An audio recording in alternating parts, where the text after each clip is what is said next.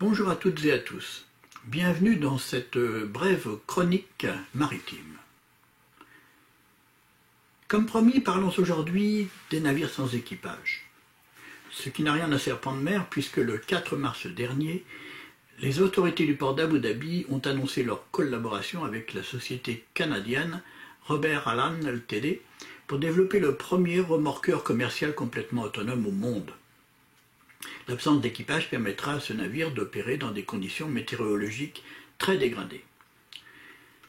Pour mémoire, il y a juste un an, le 13 mai 2019, un bateau est arrivé au port d'Ostende après avoir traversé la Manche sans équipage.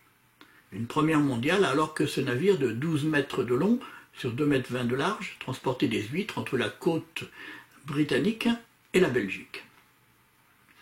Le bateau avait ensuite quitté Ostende après avoir embarqué des bières belges pour son voyage de retour vers l'Albion.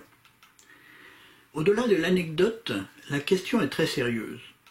L'année dernière, toujours, lors d'une conférence à Oman, le test d'un tout premier porte-conteneur autonome sans équipage a été présenté. Il s'agit du Yara Birkeland, d'une capacité réduite de 120 EVP, équivalent 20 pieds, soit des containers de 6,10 mètres de longueur.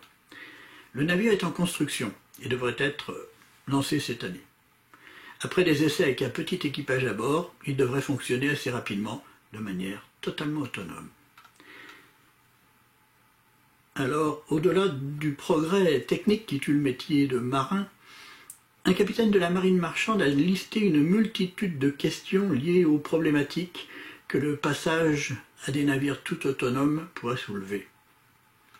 Par exemple, en cas de mauvais temps, qui sera à même de faire des rondes d'arrimage et de remédier à une difficulté? En cas de grosse avarie, qui interviendra? Et les plus grands dangers à bord étant le feu et les voies d'eau, comment cela se passera-t-il sans équipage?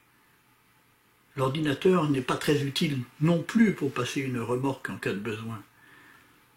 La fiabilité des moyens de positionnement, que ce soit le GPS ou Galileo demain pour les Européens, ne sont pas exempts de défauts, avec des problèmes de réception des signaux et des erreurs mises volontairement dans ces systèmes pour des questions militaires en période de crise.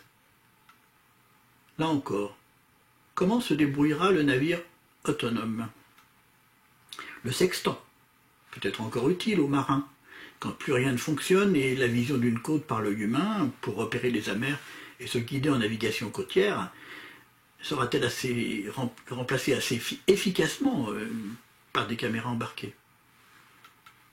Pour en savoir plus et ne pas être coulé par un navire autonome fonçant en aveugle légalement, je vous conseille de lire les réflexions pertinentes du commandant Yves-Noël Massac sur le site actumarine.com.